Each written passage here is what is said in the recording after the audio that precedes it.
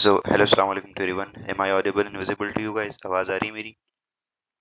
Hello hello hello. Okay चलें, that's good. Okay, सो आज की क्लास का हमारा टॉपिक है, आज हम एमसीक्यूज देख रहे हैं. ठीक है, मेजॉरिटी बुक के एमसीक्यूज हैं क्योंकि जितना भी आएगा बोर्ड के पेपर में तो book is one of the most important topic. ठीक है, तो बुक को हमें सही से कवर करना है. चलें, लेट्स से सबसे पहला एमसीक्यूज आप लोगों की स्क्रीन पे शो हो रहा होगा. यस.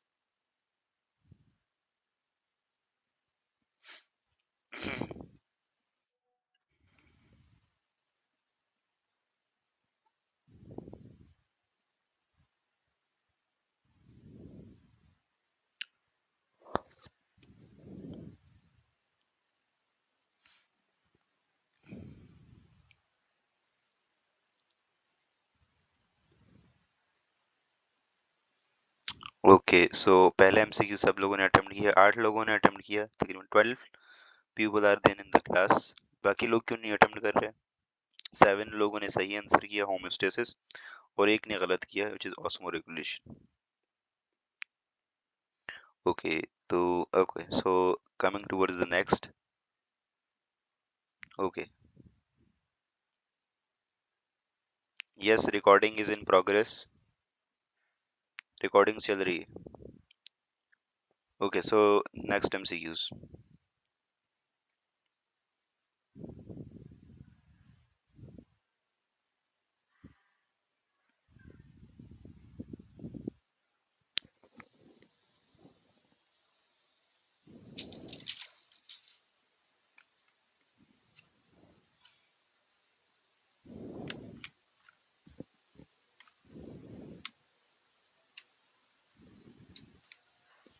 ओके, सो इस वाले एमसीक्यूज में मैंने ऑप्शन सही करेक्ट टिक मार्क नहीं किया था, तो इसको हम यहीं देख लेते हैं.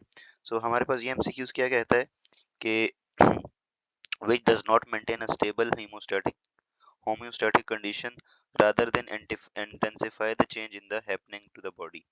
तो यस, हमारे पास डायरेक्शन ऑफ स्टिमुलस किस में इंटेंसिफाई होती है? पॉजिटिव फीडबैक में. तो 5 people got the right answer, और एक स्टूडेंट ने जो है वो सिर्फ फीडबैक सिस्टम लगाया है. तो option B is going to be the correct one. Okay, so why rest of the people are not attempting the MCQs? Ayesha Noor, Tahreem. Okay, so coming towards the next one. Okay, so yes, time is very limited. आप लोगों के पास सिर्फ और सिर्फ 30 second answer करने के लिए.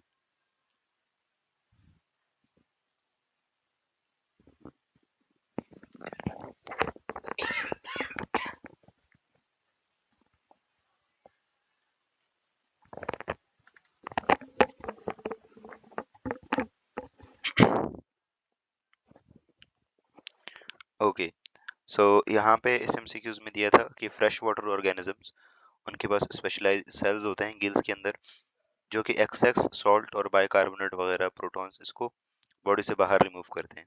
तो इसका करेक्ट आंसर है आइनोसाइट्स होते हैं. ठीक है, option number C is the correct one, और 5 स्टूडेंट्स ने राइट किया है. Okay, so next. यस.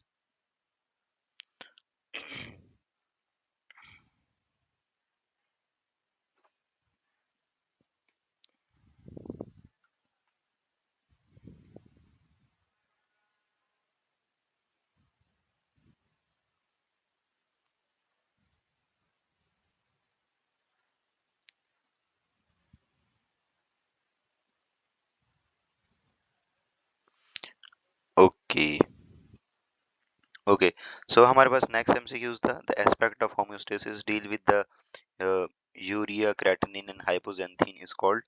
तो these are the all excretory products. Okay, urea creatinine hypoxanthine ये सारे excretory products हैं. सो कुछ स्टूडेंट्स ने ऑस्मो रेगुलेशन किया है, कुछ ने थर्मो रेगुलेशन, कुछ ने exhalation. So correct option is going to be the none of them, because it is excretion right है, लेकिन excretion option में है नहीं, तो none of them is the better option. Exhalation तो कार्बन डाइऑक्साइड की होती है, so उससे कंफ्यूज नहीं करना. ठीक है. ओके, तो none of them is the better is going to be the correct answer. और अगर सही अगर हम देखेंगे तो हमारे पास क्या होगा? सही अगर हम देखेंगे तो हमारे पास एक्सक्रीशन होगा उसका सही answer. Okay so yes next.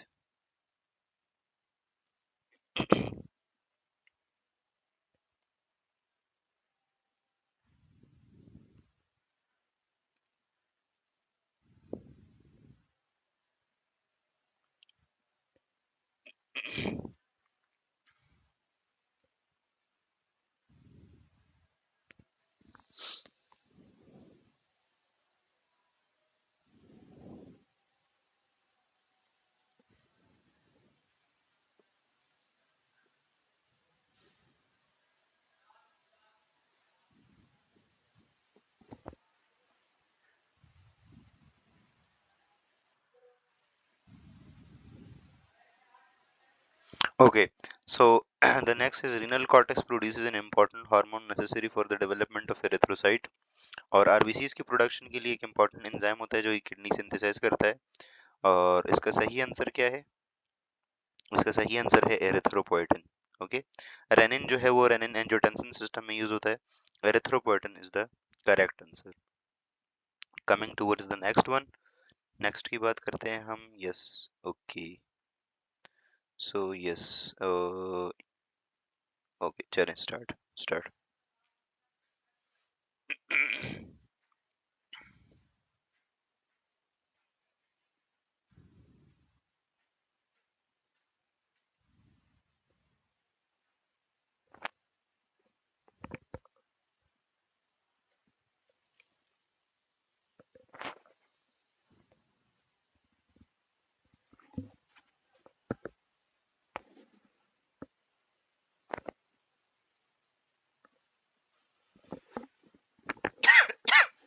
Sorry.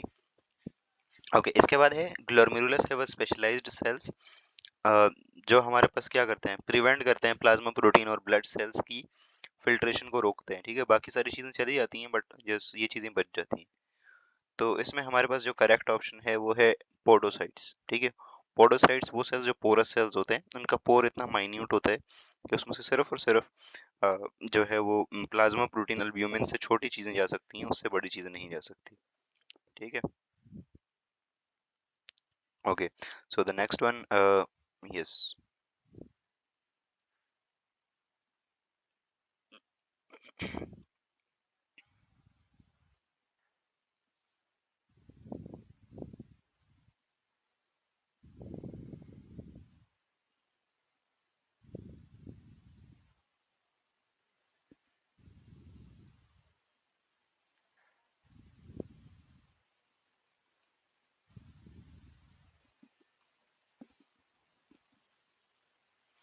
Okay, so next MCQs था आप लोगों का, morphologically kidney is divided into.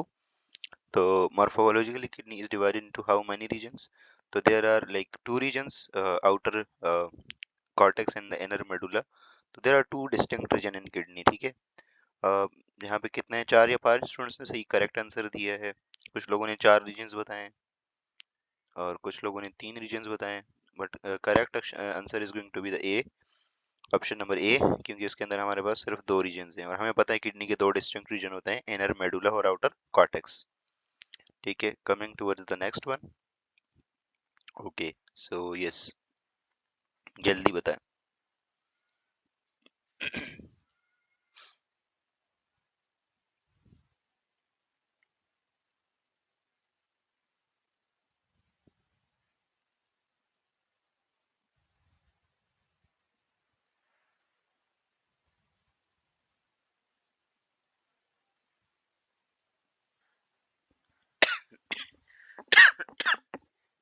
Sorry guys. Okay, so the next one is cyclosporin is a drug given after kidney transplant. Okay, so many transplantation के बाद हम cyclosporin देते हैं, ना सिर्फ किडनी ट्रांसप्लांट बल्कि मेजोरिटी ऑफ ट्रांसप्लांट्स के बाद हम कोई ना कोई ऐसी ड्रग देते हैं जो इम्यून सिस्टम की एक्टिविटी को थोड़ा कम करे। ठीक है, तो cyclosporine is one of them. और तो option number A is going to be the correct one, because cyclosporine क्या करती है, इम्यून सिस्टम को स्टिमुलेट करती है और जो रिजेक्शन होती है, सॉरी, जो ऑर्गन रिजेक्शन की ऑर्गन रिजेक्शन की जो रिस्क होती है उसको डिक्रीज करती है। तो it is option number A is going to be the correct one. Immunostimulant नहीं होती, इम्यूनोस्टिमुलेंट्स आर दोस्त जो कि इम्यून सिस्टम को एक्टिवेट करती हैं। कुछ लोगों ने प्रोटॉन पंप इनहिबिटर भी लिखा है, प्रोटॉन पंप इनहिबिटर नहीं है ये। प्रोटॉन पंप इनहिबिटर वो मेडिसिन होती है जैसे आप लोग खाते हैं राइजिक, ठीक है, एसिडिटी के लिए यूज करते हैं, ठीक है, राइजिक आप लोग खाते हैं बहुत, राइजिक के साशे भी आते हैं, और ठीक है, तो उसके अंदर जो एक्टिव इंग्रेडिएंट होता है it is called omeprazole. Okay, तो it is not it is not proton pump inhibitor, वरना ही एंटीबायोटिक है, इट इज एन इम्यूनोस्टिमुलेंट। तो option A is going to be the correct one. वालेकुम अस्सलाम उमन बलीन, वेलकम। ओके, इसके बाद है हमारे पास यस, सो नेक्स्ट आप लोगों की स्क्रीन पे शो हो रहा होगा, यस।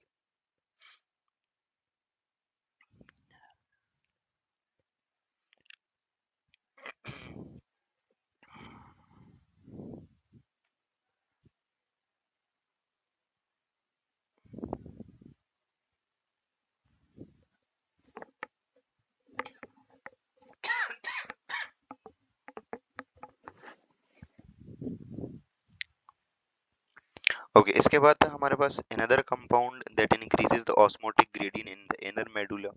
तो जो इनर मेडुला है उसमें या तो हमारे पास ये जो ब्लड शुगर होती है ग्लूकोज, वो या बहुत सारे इलेक्ट्रोलाइट्स वो जो है हमारे पास क्या करते हैं, ऑस्मोटिक ग्रेडियंट को बढ़ा देते हैं, ठीक है, ऑस्मोटिक ग्रेडियंट। तो इसमें से एक कंपाउंड ऐसा है which is like excretory product urea, तो यूरिया भी ये काम करता है, ठीक है, जो काउंटर करंट मल्टीप्लायर सिस्टम होता है उसमें यूरिया का भी इंपॉर्टेंट रोल होता है। तो counter current multiplier system in the interstitium of medulla, यहाँ पे यूरिया का रोल भी होता है, ठीक है। Next one.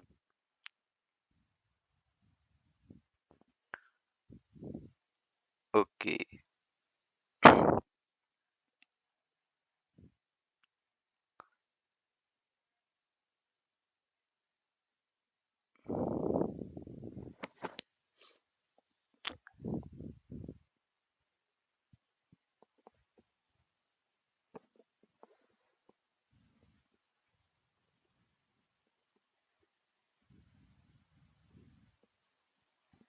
ओके, सो यहाँ पे अगर हम देखें तो fresh water fishes have external environment.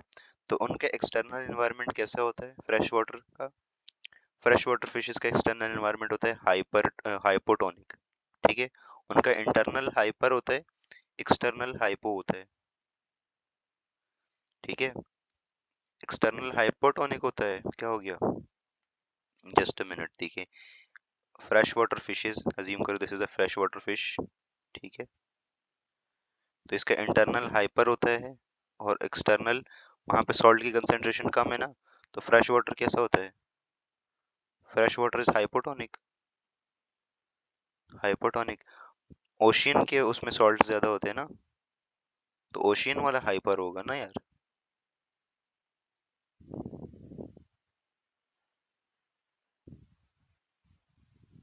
ठीक है। Okay, so the next one, okay, okay,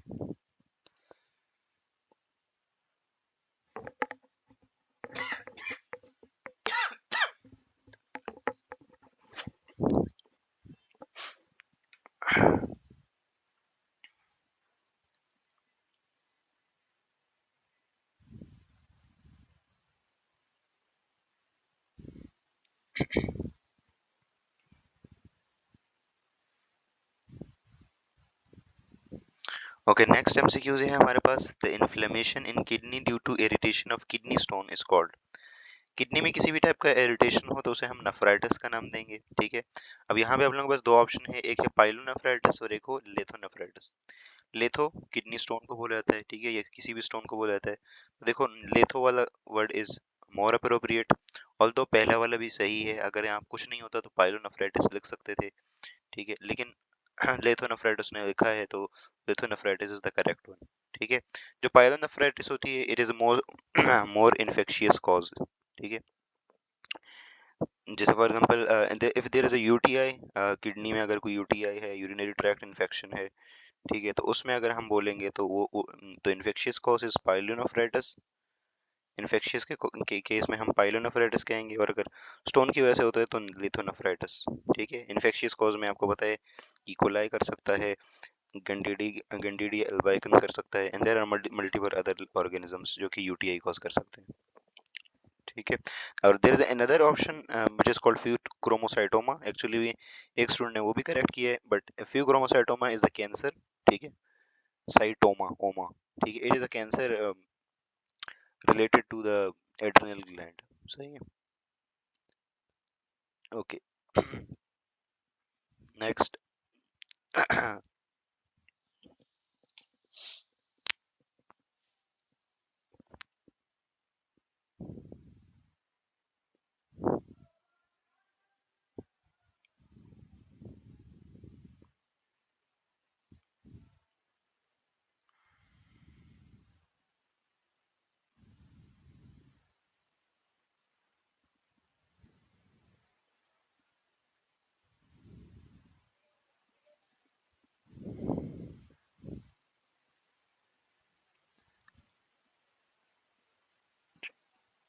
okay, सो अगर सराउंडिंग बॉडी का टेम्परेचर अगर बढ़ जाए तो person has a strenuous physical activity, और उसकी बॉडी में हीट प्रोडक्शन होगी inside the body, and exercise and raises the body temperature above suitable limits, तो this is hyperthermia.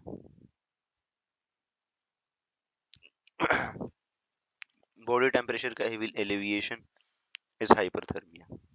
Next. Yes.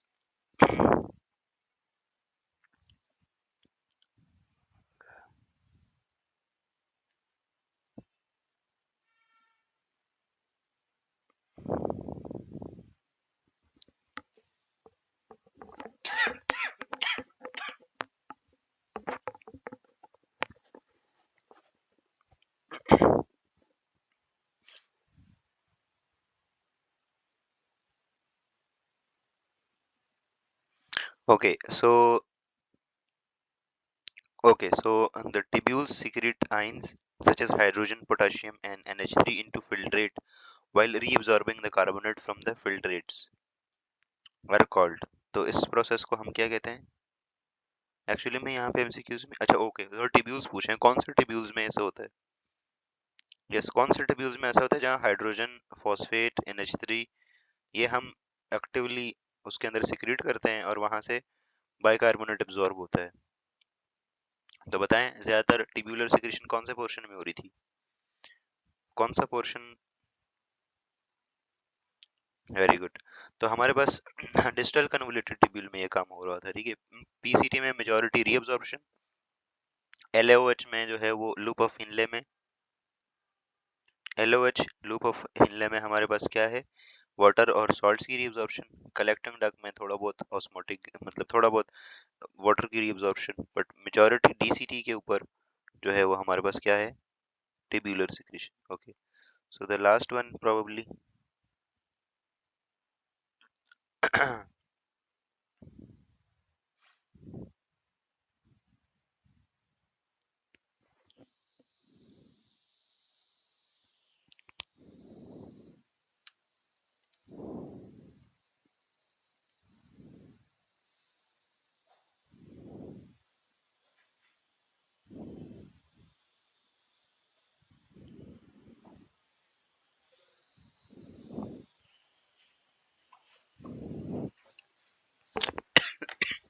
Sorry guys, तबीयत सही नहीं है मेरी। Okay, so the glomerular filtration rate GFR is the proportional to the hydrostatic pressure exerted in the glomerulus wall is proportional। तो yes, कैसा होता है? इनवर्सली प्रोपोर्शनल होता है या डायरेक्टली प्रोपोर्शनल होता है? तो yes, it is directly proportional, क्योंकि हाइड्रोस्टेटिक प्रेशर ज्यादा होगा तो जीएफआर भी ज्यादा होगा। ठीक है, ओके, सो नेक्स्ट वन देखते हैं हमारे पास कोई है। ओके, नहीं, यहाँ पे हमारे सारे एमसीक्यूज होते हैं फिनिश। ठीक है, हमने बुक के 10 एमसीक्यूज किए और बाकी 7 एमसीक्यूज मैंने अपने खुद से लगाए थे। इसके अलावा बुक के एमसीक्यूज आप लोगों को रटे हुए होने चाहिए, क्योंकि बोर्ड में जो है वो बोर्ड के एमसीक्यूज आते हैं। ठीक है, बाकी मैं आप लोगों से यहाँ से वर्बली पूछ लेता हूँ। ओके, सो ओके, हम स्टार्ट करते हैं। यस, ओके, सम फिशेस उनका उनका ऑस्मोटिक एनवायरनमेंट, उनका जो बॉडी का बॉडी की कंपोजिशन होती है वो एग्जैक्टली एक्सटर्नल के बराबर होती है, एक्सटर्नल एनवायरनमेंट की।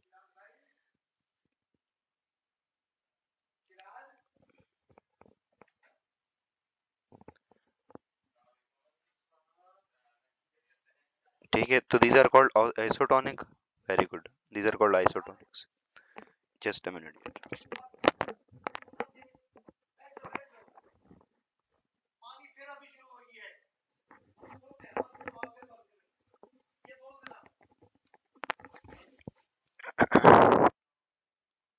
ओके, सो ऐसे ऑर्गेनिज्म इन्हें हम इनका बॉडी एनवायरनमेंट आइसोटोनिक होता है, और इन्हें हम क्या कहते हैं? Osmo osmo these are osmoconformers और ऑस्मो रेगुलेटर्स।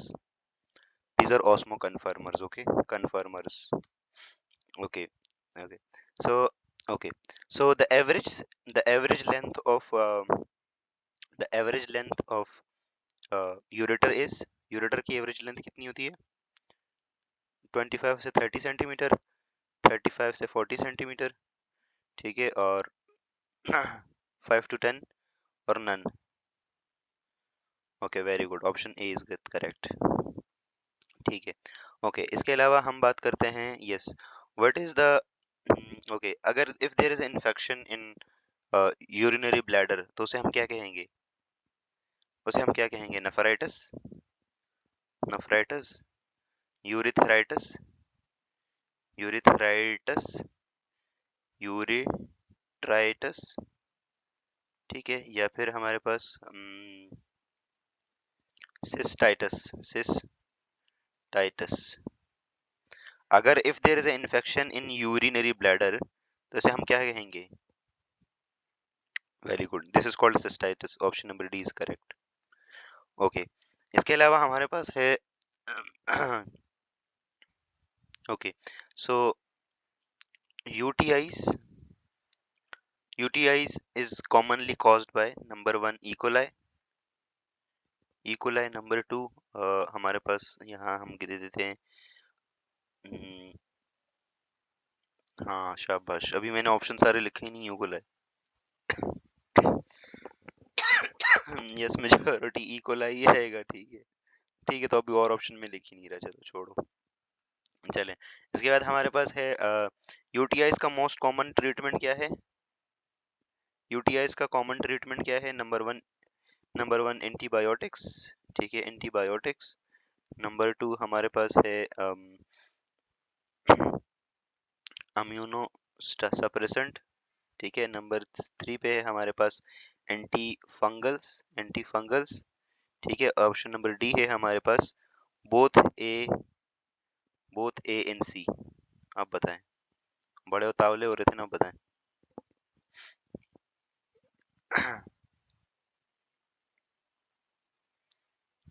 देखो कैसे स्ट्रेटेजी बदल दी हमने।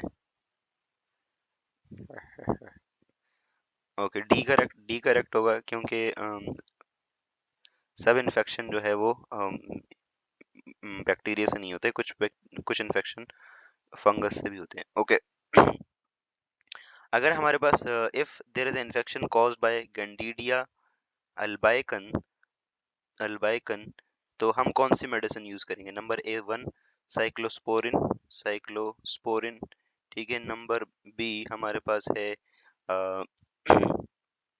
पेनिसिलिन, पेनिसिलिन, ठीक है। ऑप्शन नंबर सी है आपके पास amphotericin B, ampho amphotericin B, और डी ऑप्शन है आप लोगों के पास सेफलोस्फोरिन्स। यस, बताएं, अब बताएं, अब लगेगा पता। Candida albicans is the cause of, yes, A cyclosporine, no, it is used in kidney transplant. Laiba C, Aliza Haliq B, okay, बाकी लोग बताएं सी में भी, ओके। ओके, सो मैंने आप लोगों को शायद ये बताया भी था, गंडीरिया अल्बाइकन इज, गंडीरिया अल्बाइकन जो है इट इज अ फंगस, ठीक है। तो फंगस को ट्रीट करने के लिए cephalosporin is immunosuppressant, okay. Penicillin, these are antibiotics. Cephalosporin भी एंटीबायोटिक्स है। तो option number A, option number B, option number D सारे कट हो गए। Amphotericin B is a anti fungal medicine, ठीक है। तो यस, ये होगा हमारे पास, ठीक है। Okay, C is correct.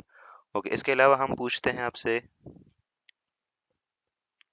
Okay, मेजरबिन good, Laiba ने भी शायद सही आंसर दिया, गुड। ओके, सो अब हमारे पास है yes, for donor recipient match how many HLAs should match, कितने HLAs मैच करने चाहिए, ठीक है। नंबर 1 6, नंबर 2 4, नंबर 3 5 और नंबर डी नन। इसी हिसाब से बताएं, बड़े उतावली और जल्दी से हालिक। नन, वैसे सही सही आंसर है इसका आप लोगों ने दिए तीन, तीन HLAs बर सेम होने चाहिए। ओके ओके, एक और MCQs करते हैं हम। ओके ओके ओके ओके, अगर एक पर्टिकुलर इंडिविजुअल है, वो इंक्रीज्ड CO2 कार्बन डाइऑक्साइड के एनवायरनमेंट में जो है वो क्या कर रहा है, वेंटिलेशन कर रहा है, ठीक है। तो बताएं उसकी बॉडी में कौन सा फीडबैक सिस्टम स्टार्ट होगा। Number 1 positive, number 2 negative, number 3 harmful positive, number 5 और नंबर 4 नन। तो yes, harmful positive feedback mechanism operate करेगा, तो option C is going to be the correct one. Very good, okay, very good guys, बहुत अच्छा बहुत अच्छा। Okay, इसके अलावा ओके, अब हम बात करते हैं किसकी,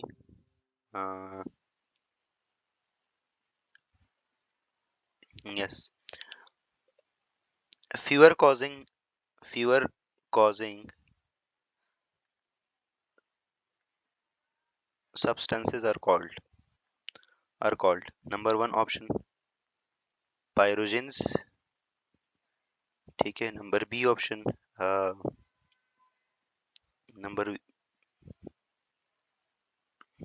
शाबाश, पायरोजिन बोल ही दिए। ओके ओके, तो पायरोजिन ही सही है, हम ज्यादा टाइम वेस्ट नहीं करेंगे, आगे जाएंगे। Okay, so the body temperature को रेगुलेट कौन करता है, आपकी बॉडी टेम्परेचर को। Option number A CNS, option number B PNS peripheral nervous system, option number C hypothalamus, ठीक है, और ऑप्शन नंबर डी नन। तो yes, it is going to be hypothalamus, very good. Okay, इसके बाद okay, आप बताना जरा टोटल, चले नहीं है इसके इससे रिलेटेड नहीं है। ओके, किडनी ट्रांसप्लांट में हमारे पास अ, हम कौन से रीजन में ट्रांसप्लांट यूजुअली करते हैं, ठीक है। वैसे किडनी स्लाइटली अबव होती हैं, थोड़ा ऊपर होती हैं, लेकिन ट्रांसप्लांट हम कहाँ से करते हैं। बेटा चैप्टर नंबर 1 होम्योस्टेसिस के सब कुछ है, होम्योस्टेसिस। तो हम कहाँ, किडनी ट्रांसप्लांट के लिए बेस्ट पोजीशन क्या है, iliac fossa option number A, number B option number 2 है आप लोगों के पास पेल्विक रीजन, और ऑप्शन नंबर सी है हमारे पास एपिगेस्ट्रियम, एपिगेस्ट्रियम, ठीक है, और ऑप्शन नंबर डी नन। मैंने कहा किडनी ट्रांसप्लांट के लिए बेस्ट पोजीशन कौन सी है, best position iliac fossa, pelvic region, epigastric region और नन। तो it is iliac fossa, very good, it is iliac fossa, depending upon the situation आप राइट इलियक फोसा या लेफ्ट इलियक फोसा दोनों में कर सकते हैं। राइट किडनी करना तो राइट वाले को, लेफ्ट करने को तो लेफ्ट करने को। ठीक है, okay. Why why right kidney is slightly lower than the left one? Yes, reason? Due to the right liver lobe present on. Okay, very good, because of liver, very good. अच्छा, okay, ठीक है। इस तरह से ना आप लोगों के साथ बहुत सारे एमसीक्यूज बन सकते हैं। आप लोगों ने होप सो इस चैप्टर को अच्छे से कर ही लिया है। तो हमने मेजॉरिटी बुक के एमसीक्यूज को देखना है, क्योंकि बोर्ड के पेपर में वही आएंगे। और अभी मैट्रिक, अभी जो रिजल्ट आया बच्चों का, बहुत ही अजीब सा आया है। सब लोग बच्चे, तो बुक के एमसीक्यूज और बुक के क्वेश्चंस को अच्छे से करना है, ठीक है। बाकी हम एक्स्ट्रा करते रहेंगे टाइम टू टाइम, ठीक है। चलें, होप सो यहाँ तक सबको समझ आ गया होगा। अब टाइम भी बहुत ऊपर हो गया है। मिलते हैं अब नेक्स्ट क्लास में, ठीक है।